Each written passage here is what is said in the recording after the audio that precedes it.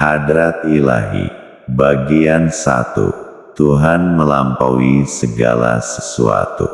Tidak ada satupun perbuatan manusia yang memberi kesan kepada Tuhan. Tidak ada kebaktian manusia yang sampai kepada Tuhan. Tidak ada doa dan rayuan manusia yang bisa masuk ke dalam majelis keesaan Tuhan dan bisa mempengaruhi keputusan Tuhan. Jadi, dalam menyembah Allah, adakah manusia hanyalah sebuah robot yang berdiri, ruku dan sujud? Adakah dalam melakukan kebaktian kepada Allah manusia hanyalah sebuah robot yang bergerak? Apakah karena Allah melampaui segala sesuatu maka tidak ada sembarang cara perhubungan hamba dengannya? Seorang lelaki bekerja mencari batu-batu permata di dalam gua. Satu hari, ketika dia sedang asyik mengumpulkan batu-batu permata, tiba-tiba muncul seekor ular besar di hadapannya. Dia ketakutan dan lari sekuat-kuat tenaganya. Sejak kejadian itu, setiap kali dia melihat kepada gua, dia akan terbayang ular besar. Kehadiran ular besar menguasai hatinya. Dua orang lelaki bersahabat baik dan saling berkasih sayang. Suatu hari, salah seorang dari mereka meninggal dunia. Sahabat yang masih hidup itu sering mengunjungi anak sahabatnya yang telah meninggal itu. Lelaki itu melihat bayangan kehadiran sahabatnya pada si anak itu. Dalam sebuah negeri ada seorang perempuan pelacur yang sangat cantik, menawan, dan mempesonakan sembarang lelaki yang memandang kepadanya. Tidak ada lelaki yang dapat menahan keinginannya apabila melihat perempuan tersebut. Setiap hari perempuan itu akan menunggu pelanggannya dengan memamerkan wajahnya di jendela rumahnya. Lelaki yang melintasi rumahnya pasti akan berhenti apabila melihat kepadanya. Perempuan itu tidak pernah kecewa menarik lelaki kepadanya. Pada suatu hari lalu seorang lelaki salih di hadapan rumahnya. Lelaki salih itu adalah seorang ahli ibadat yang tidak pernah berbuat maksiat. Secara tidak sengaja lelaki salih itu beradu pandang dengan perempuan tadi. Seperti besi ditarik oleh besi, berani kaki lelaki salih itu berjalan ke arah rumah perempuan tersebut dan masuk ke dalamnya. Perempuan itu bersedia melayaninya. Lelaki salih itu pun sudah ada keinginan terhadap perempuan cantik itu. Tetapi baru saja lelaki salih itu menyentuh perempuan itu, tangan lelaki salih itu tiba-tiba menggeletar. Tubuhnya menggigil dan mukanya pucat. Perempuan itu merasa heran lalu menanyakan keadaan tersebut. Si salih itu memberitahu perempuan itu bahwa Tuhan melihat perbuatannya dan mendengar perkataannya. Dia sangat takut Tuhan. Penyaksiannya terhadap Tuhan itulah yang menjadikan sekalian tubuhnya menggigil dan mukanya pucat. Kehadiran Tuhan menguasai hatinya. Al-Quran menceritakan tentang peristiwa yang dialami oleh Nabi Yusuf alaihissalam, dan sebenarnya perempuan itu telah berkeinginan sangat kepadanya, dan Yusuf pula mungkin timbul keinginannya kepada perempuan itu, kalaulah tidak ia menyadari kenyataan Tuhannya tentang kejinya perbuatan zina itu. Demikianlah takdir kami untuk menjauhkan dari Yusuf perkara-perkara yang tidak baik dan perbuatan keji. Karena sesungguhnya ia dari hamba-hamba kami yang ikhlas dibersihkan dari segala dosa. Ayat 24, Surah Yusuf. Pada saat yang genting itu Nabi Yusuf alaihi salam menyaksikan kehadiran Tuhannya. Kehadiran Tuhan yang dialami oleh hati itu diistilahkan sebagai hadrat ilahi. Hamba-hamba yang ikhlas dengan Allah subhanahu wa ta'ala, yang telah dipersucikan, dikaruniakan makam ihsan, yaitu menyaksikan hadrat Tuhan atau merasakan kehadirannya. Rasulullah SAW bersabda, sembahlah Tuhanmu seolah-olah kamu melihatnya. Kalau kamu tidak melihatnya, ketahuilah Dia melihat kamu. Hamba-hamba yang ikhlas dan dipersucikan, menyembah Allah dalam keadaan hati mereka merasa kehadiran Allah subhanahu wa ta'ala. Suasana hati yang demikian dikatakan hati menyaksikan hadrat ilahi. Itulah ihsan. Banyak ayat-ayat Al-Quran yang menceritakan tentang hadrat Tuhan. Tuhan berfirman, Allah jualah nur bagi semua langit dan bumi. Ayat 35, Surah An-Nur. Kemana saja kamu menghadapkan mukamu, di sana ada wajah Allah. Sesungguhnya Allah itu maha luas, maha mengetahui. Ayat 115, Surah Al-Baqarah. Kemudian Dia bersemayam di atas arasy. Ayat 4, Surah Al-Hadid. Dan Dia beserta kamu walau di mana kamu berada. Dan Allah melihat apa yang kamu kerjakan. Ayat 4, Surah Al-Hadid. Bukan kamu yang membunuh mereka tetapi Allah yang membunuh mereka.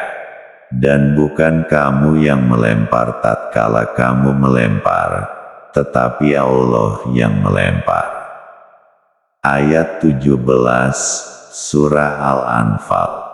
Kalimat yang sering diucapkan, tiada daya dan upaya melainkan beserta Allah, adalah peringatan kepada hadrat ilahi. Hadratnya mendengar, hadratnya melihat, hadratnya beserta makhluknya. Hadratnya menerangi langit dan bumi, hadratnya menghadap kepada hamba yang menyembahnya. Hadratnya bersemayam di atas arasy dan lain-lain. Tidak ada satu keadaan, ruang atau zaman yang makhluk boleh terlepas daripada hadratnya yang menguasai sekalian makhluk, walau siapa sekalipun makhluk itu. Carilah satu tempat yang paling tersembunyi yang tidak dapat dilihat olehnya, jika kamu bisa melepasi hadratnya. Lakukan satu perbuatan yang tidak memerlukan daya dan upaya yang darinya, jika kamu bisa bebas dari hadratnya. Tidak mungkin, sekali-kali tidak mungkin, karena hadrat Allah subhanahu wa ta'ala meliputi sekalian alam, meliputi segala sesuatu, membatasi segala kejadian. Dia yang telah menciptakan semua langit dan bumi dalam 6 masa, kemudian itu Dia bersemayam di arasy. Dia mengetahui apa yang masuk ke dalam bumi dan apa yang keluar daripadanya, dan apa yang diturunkan dari langit serta apa yang naik padanya. Dan Dia tetap bersama-sama kamu di mana saja kamu berada, dan Allah Maha melihat apa saja yang kamu kerjakan. Kepunyaannya segala kekuasaan, di semua langit dan bumi, dan kepada Allah akan kembali segala urusan. Ayat 4 dan 5, Surah Al-Hadid. Tidak ada satu suasana pun yang terlepas dari kehadiran atau hadrat Tuhan, tetapi jarang sekali penghayatan terhadap yang demikian menguasai hati nurani manusia, walaupun mereka mempunyai pengetahuan mengenainya. Manusia mengetahui bahwa Tuhan melihat dan mendengar, tetapi mereka tidak malu melakukan maksiat di hadapan hadrat Tuhan yang melihat dan mendengar. Manusia tahu hadrat Tuhan selalu bersamanya, tetapi masih lagi takut apabila mereka berada di tempat sunyi, sendirian. Akal pikiran yang melahirkan pengetahuan tidak mampu terhubung dengan suasana hadrat ilahi. Hatilah yang terhubung dengan hadrat Allah, karena hati yang bisa diisi dengan iman. Semakin kuat iman, semakin kuat suasana hadrat ilahi menguasai hati. Apabila sampai kepada satu peringkat, hati menjadi selaras dengan suasana hadrat ilahi. Lahirlah rasa malu dan takut kepada Tuhan karena Dia merasakan kehadiran Tuhan, melihat perbuatannya dan mendengar perkataannya dan bisikan hatinya. Suasana hadrat ilahi yang dirasakan atau dialami berbeda dari seorang manusia dengan manusia yang lain, dan juga pada satu tempat dengan tempat yang lain. Tuhan sendiri menentukan tempat-tempat yang kehadirannya bisa dirasakan lebih kuat daripada tempat-tempat yang lain. Di atas muka bumi ini, tempat yang ditentukan oleh Tuhan sebagai tempat yang paling kuat menerima hadrat-Nya adalah di Baitullah, tanah haram Makkah.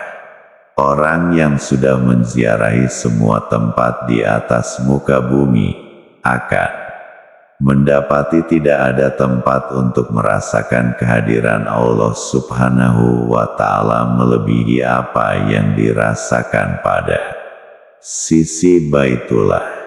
Selain Makkah, tempat-tempat yang bisa dirasakan kehadiran Tuhan yang kuat adalah Madinah, Baitul Maqdis, Madian, Bukit Tursina.